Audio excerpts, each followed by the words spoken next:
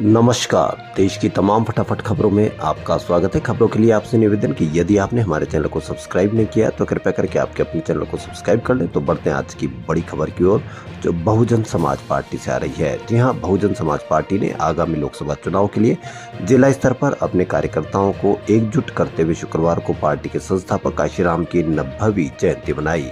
Baspa supremo Mayawati ने यहां काशीराम को श्रद्धांजलि दी। हालांकि चुनाव नजदीक आने के कारण पार्टी की परंपरा के अनुसार इस अवसर पर जश्न मनाने के कार्यक्रम आयोजित नहीं किए गए, लेकिन उनके अनुयायियों और पार्टी जनों ने विभिन्न कार्यक्रमों के माध्यम से उन्हें श्रद्धांजलि अर्पित की और उनके मिशन को पूरा करने का संकल्प लिया। इस अवसर पर कार्यकर्ताओं ने मान्यवर काशीराम का मिशन अधूरा बसपा करेगी पूरा के नारे भी लगाए। अमेरिकी विदेशी मंत्रालय के प्रवक्ता मैथ्यू मिलर ने सीएए पर चिंता जताई है। मिलर ने गुरुवार को एक सवाल का जवाब देते हुए कहा कि हम 11 मार्च को नागरिकता संशोधन कानून के लागू होने से चिंतित हैं। हम इस अधिनियम और इसे कैसे लागू किया जाता है इस पर करीबी से नजर रखे हुए हैं। उन्होंने कहा कि धार्मिक स्वतंत्रता का सम्मान और कानून के तहत सभी समुदायों के प्रति समान व्यवहार मौलिक लोकतांत्रिक सिद्धांत है। नागरिक संशोधन कानून यानी सीए को लेकर अमेरिका के बयान पर भारत सरकार ने भी कड़ी प्रतिक्रिया दी है। विदेश मंत्रालय के प्रवक्ता रणधीर जायसवाल ने कहा कि नागरिकता संशोधन कानून पर अमेरिका की चिंता गलत, अनुचित और अनपेक्षित है। रणधीर जायसवाल ने कहा कि सीए इंडिया का आंतरिक मामला है। लोकसभा चुनाव की तारीखों के ऐलान से ठीक पहले आम आदमी पार्टी ने असम की गुवाहाटी लोकसभा सीट से अपने उम्मीदवार को वापस ले लिया है।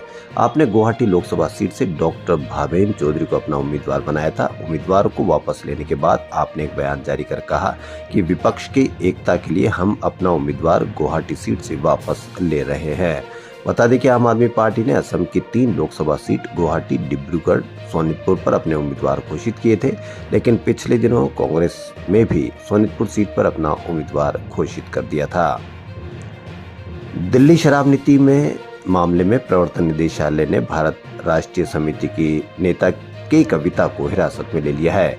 ईडी अब के कविता को पूछताछ के लिए दिल्ली ला रही है। के कविता के हैदराबाद स्थित घर पर आज ईडी ने छापेमारी की थी, जिसके बाद उन्हें हिरासत में लिया गया। तेलंगाना में विधान परिषद की सदस्य है के कविता और पार्टी प्रमुख और पूर्व मुख्यमंत्री चंद्रशेखर राव की बेटी के कविता से इस मामले में पहले भी पूछताछ की जा चुकी है। हालांकि वह इस साल कम से कम 2 बार समन के बावजूद पूछताछ के लिए पेश नहीं हुई। भारत जोड़ो न्याय यात्रा का आज 65वां दिन है। फिर से न्याय यात्रा महाराष्ट्र के पालघर से शुरू हुई। कांग्रेस नेता राहुल गांधी ने पालघर में पार्टी की भारत जोड़ो न्याय यात्रा निकाली। वहीं कांग्रेस के संचार प्रभारी महासचिव जयराम रमेश ने पेट्रोल और डीजल की कीमतों में आई कमी को अच्छा बताते हुए शुक्रवार को दावा किया कि भारत जोड़ो न्याय यात्रा का सरकार पर कुछ असर पड़ा है। कांग्रेस का कहना है कि देश में फैले अन्याय के खिलाफ हम एकजुट हैं और न्याय के हक की आवाज बुलंद कर रहे हैं। बताया कि राहुल गांधी के नेतृत्व में भारत जोड़ो यात्रा ठाणे की ओर बढ़ेगी। गौरतलब है कि लोकसभा चुनाव शुरू होने में कुछ ही महीने बचे हैं। ऐसे में कांग्रेस नेता राहुल गांधी ने मणिपुर से मुंबई तक 6,700 किलोमीटर से ज्यादा की भारत जोड़ो न्याय यात्रा शुरू की है।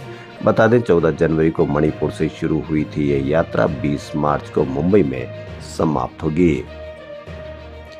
इलेक्टोरल बॉन्ड की जानकारी देने के मामले में सुप्रीम कोर्ट ने आज फिर स्टेट बैंक ऑफ इंडिया को नोटिस जारी किया है। कोर्ट ने कहा कि 11 मार्च के फैसले में स्पष्ट कहा गया था कि बॉन्ड की पूरी डिटेल, खरीदी की तारीख, खरीदारी का नाम, कैटेगरी समेत दी जाए, लेकिन एसबीआई ने यूनिक अल्फा न्यूमेरिक नंबर्स का खुलासा नहीं किया है।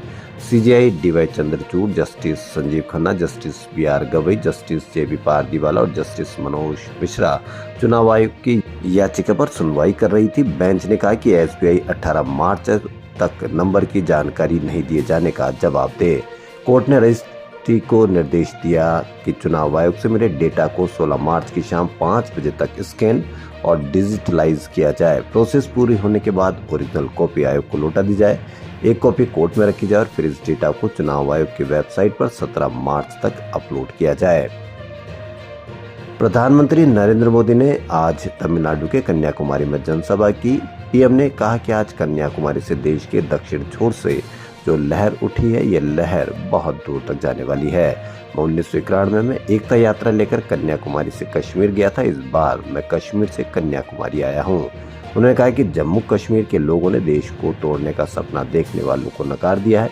अब तमिलनाडु के लोग भी ऐसा ही करने जा रहे हैं। मैं तमिलनाडु की धरती पर बहुत बड़े परिवर्तन की आहट देख रहा हूँ। तमिलनाडु में भाजपा का प्रदर्शन इस बार डीएमके और कांग्रेस के गठबंधन का सारा घमंड तोड़ कर रख देगा। खबरों फिलहाल इतना ही। यदि आपको हमारा चैनल पसंद आए तो लाइक, सब्सक्राइब और शेयर अवश्य करें। धन्यवाद।